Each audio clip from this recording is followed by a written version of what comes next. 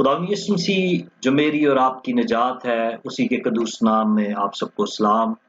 میرا نام پاسٹر نسیم برکت، میرے یوٹیوب چینل کا نام بائبل ہسٹری ہے۔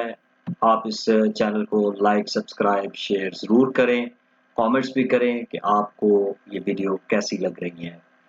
آج ہم تھوڑے وقت کے لیے پیدائش کی کتاب میں مشکل الفاظ اور اس کے درست تلفظ کو سیکھیں گے، اور یہ بڑی اہم چیز ہے کہ جب ہم اردو بائبل پڑھ رہے ہیں تو ہمارے سامنے جو خدا کا کلام ہے ہماری اپنی زبان کے اندر ہے، پھر اس کو درست طریقے سے پڑھنا بہت ضروری ہے۔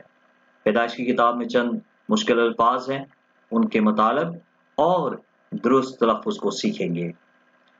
لفظ ہے ابلک، لفظ ہے ابلک۔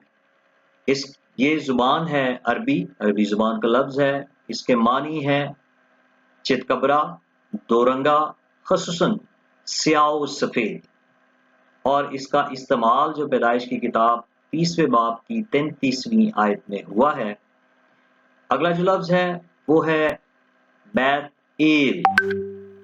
دو لفظ ہیں، بیت ایل، عبرانی زبان کا یہ لفظ ہے، معنی ہے بیت کے گھر اور ایل خدا، یعنی کہ خدا کا گھر، اور حوالہ ہے پیدائش 35واں باب پہلی آیت۔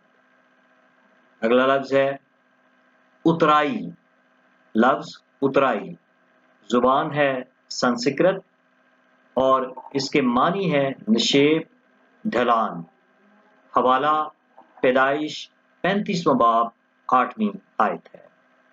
اس کے بعد لفظ ہے ارزانی، لفظ ہے ارزانی، زبان فارسی ہے، معنی کثرت، اور حوالہ ہے پیدائش 41واں باب 34ویں آیت۔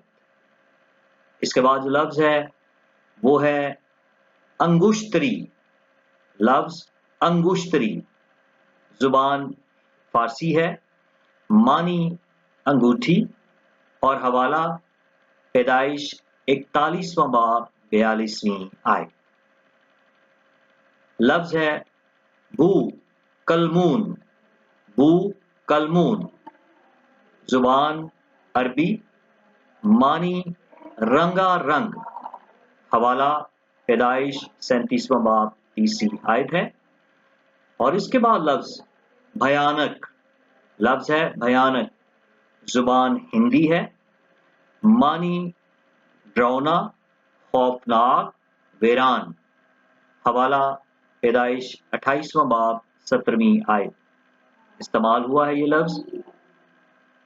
اگلا لفظ ہے تمام، لفظ تمام، زبان عربی، معنی جڑوا، بچے جو ایک ساتھ پیدا ہوں، حوالہ پیدائش 37واں باب 30ویں آیت۔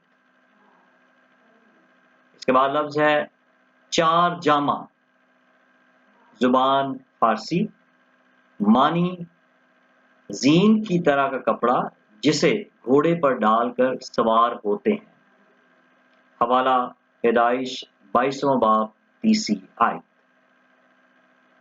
اگلا لفظ ہے چوکھا، زبان ہندی ہے، ہندی زبان کا لفظ ہے، معنی خالص، عمدہ، سونا، حوالہ پیدائش 2 باب 12ویں آیت۔